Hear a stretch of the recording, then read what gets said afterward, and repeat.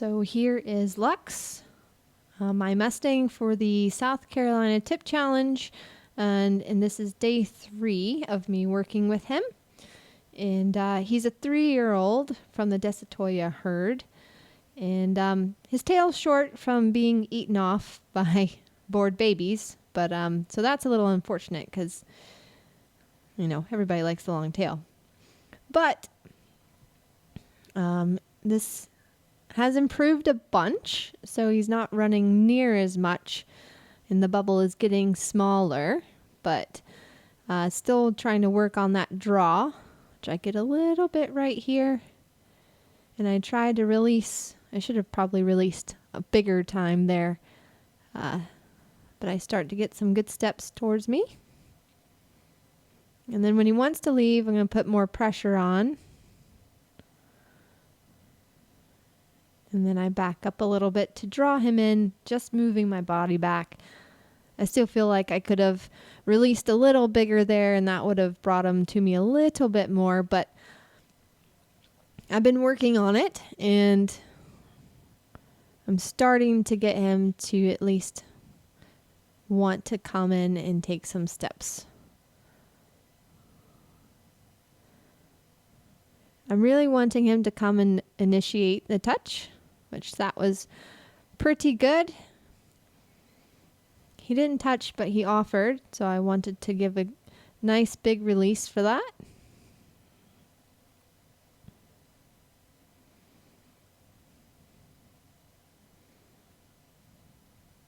And I'm going to give him a minute. He's starting to come even more forward now, which is good.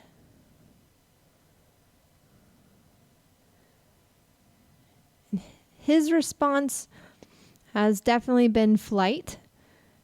And you can see he holds a lot of tension in that tail. I've had some people wonder if his tail was broken because he tends to hold it in a shape of a J, which it's not, I don't believe. And actually, Pasafinos have that trait. So it'll be interesting to get his genetics done when I can. Because that's a telltale that I'm interested to find out. But that was a really nice moment there. He came in for a touch, and I wanted to give a bigger release.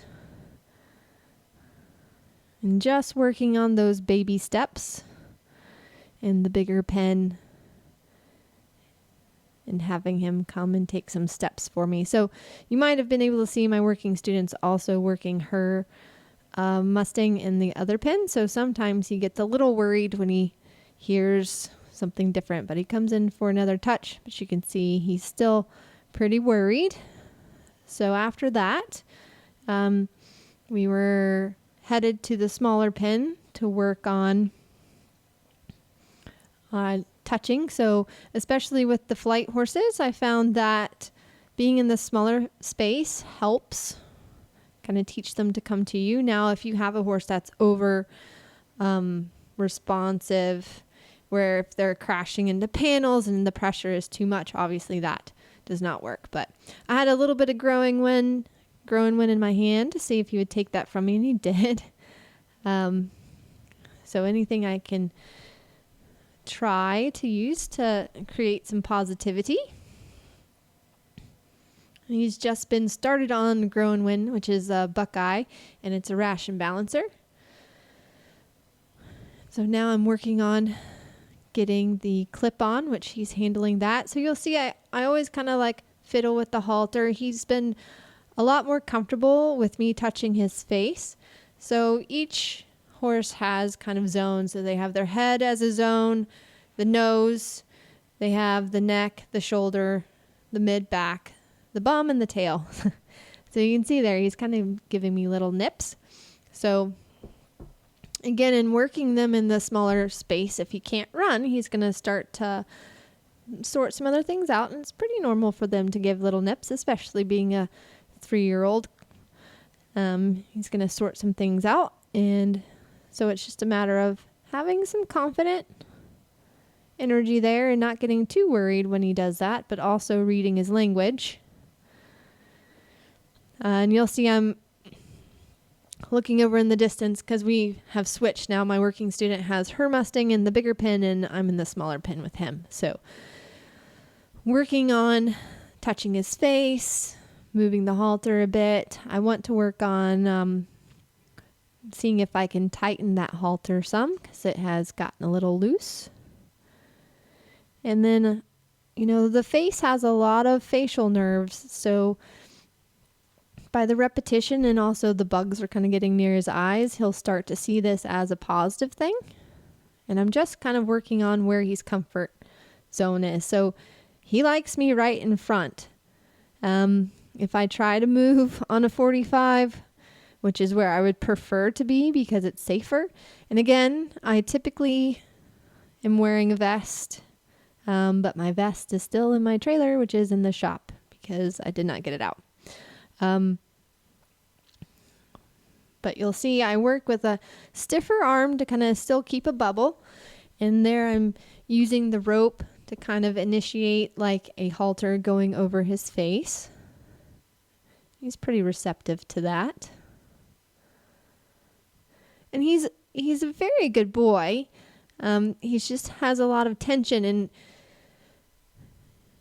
you can see he's just protecting himself in a little bit of a wall. And there I was able to get a release, which was nice.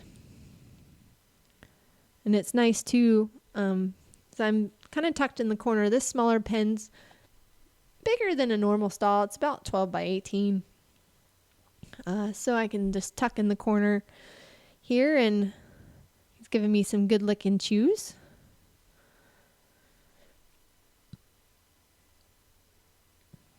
And then I can also just take my attention and keep an eye on my student. It helps kind of take the pressure off of him as well. And there was a nice breath.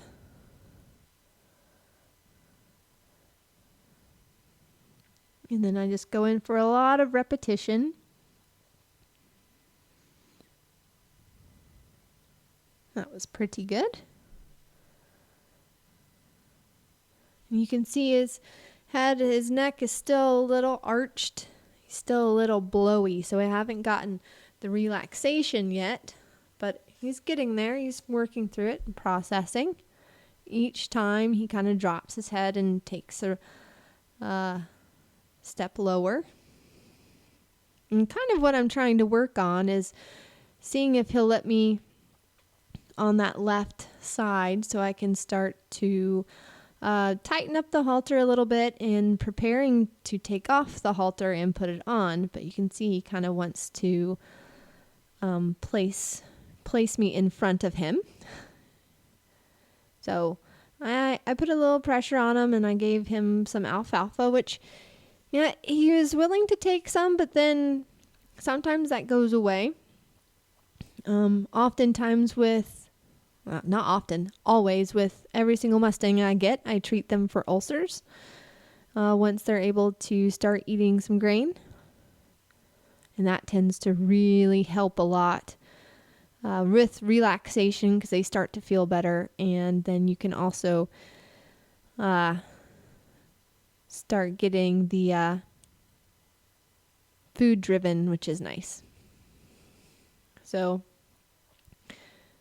there he kind of pushed me away a little bit. So I'm going to work on keeping a straight hand, but can only do so much when he starts to tell me, okay, that's enough. I've had enough. I have to push a little bit, but I don't want to push him to where he feels like he needs to strike or run away. So I'm going to go back, and I can do one hand, but two hands is different on that side. So that's where he gets pretty worried. And again, I just go back and repeat, going over his eyes, getting the fly out of his eyes. I'm working on pushing him a little bit so he can feel my energy. And he handles that pretty well. Sometimes that could have elicited a strike, but he has not offered that, nor did I feel that. A lot of this work that I'm doing is based upon feel. So, and he handled that really well. And it's kind of funny because it's like if I touch him, then he's like, fine, then I'm going to touch you. There, he got a little worried. I did a little too much. You can see I'm trying to work on getting a little bit more in that left eye. You can see he's letting me touch the halter, but he still wants to kind of push my hand, so I keep a nice stiff arm. And he handles that pretty good, so I'm going to release that. And I got a lick and chew. It's kind of handy because I can just take a glance over in the video camera and take a peek at him. So just going to let him think about that for a minute. A lot of this work, there's a lot of hanging out time. This session was about 40 minutes long. Condensed it a little bit, obviously. And now I'm asking him to come to me. So I like to use this cue and working on a little bit of coming off the pressure of the halter. So then coming to the side. Again, he's pretty uncomfortable. I'm just trying to stay calm and hold my ground.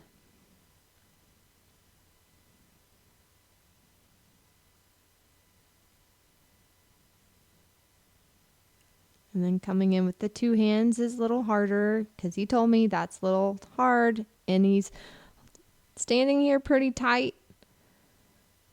And I just wanted to get two hands there to see if he would let me tighten it up because the halter is loose. And he said, okay, that's enough. So again, I pushed a little bit.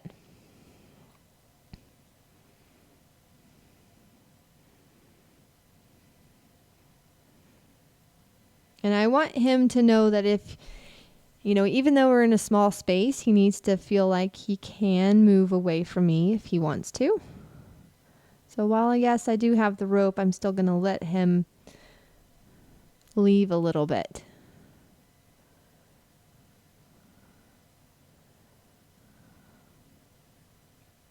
That was a good boy. So I'm slowly being able to snug up the halter.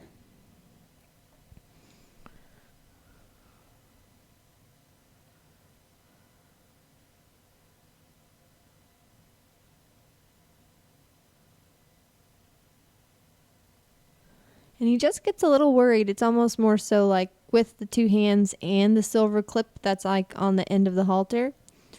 So oftentimes with these guys, they'll let you tighten it up, but it's the flick of the end of the tail of the halter that scares them. And they've just got to get used to seeing something coming up and close in that left eye.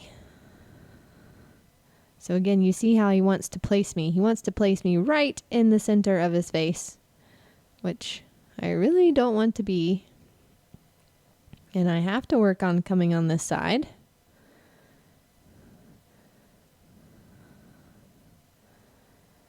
Now I'm going to go into a little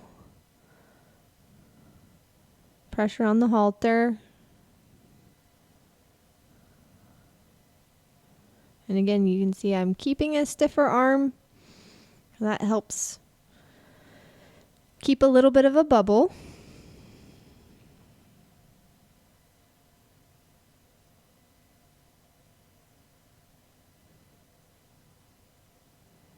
And give him a little rub. And we're just having to work through a little bit right here.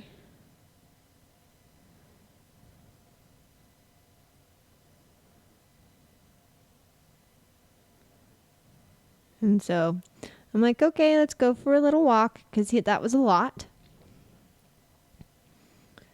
And sometimes when they stand still for that, and they need to move their feet.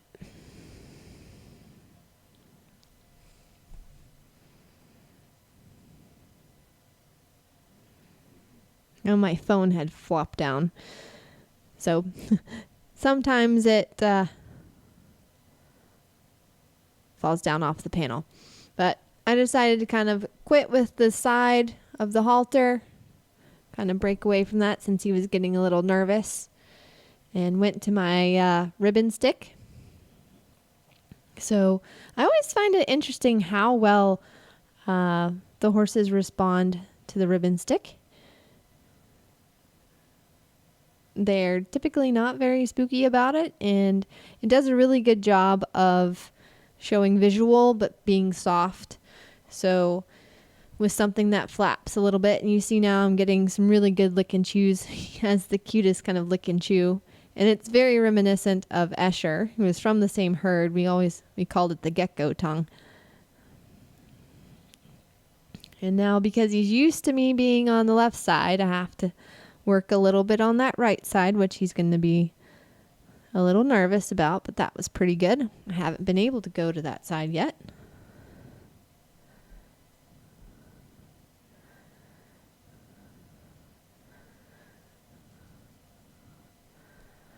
And now he's starting to have a little bit more level. He's dropping it. He's not near as arched through his neck, and he's getting a little bit looser. And that time I sneaked in a little touch with my hand. And they can tell the difference between a stick in your hand because there's energy in your hand versus the stick. So it's always interesting. I snuck it by him that time, but I'm going to go back to rubbing his face because he seems to like that. And again, helping him get the bugs out of his eyes.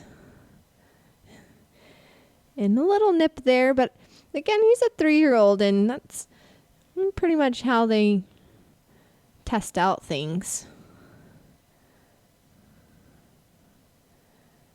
He's letting me kind of push it over. I'm trying to see if I could sneak my hand past him again. I touched his face, and I thought that was pretty good. So I'll give him a nice release for that.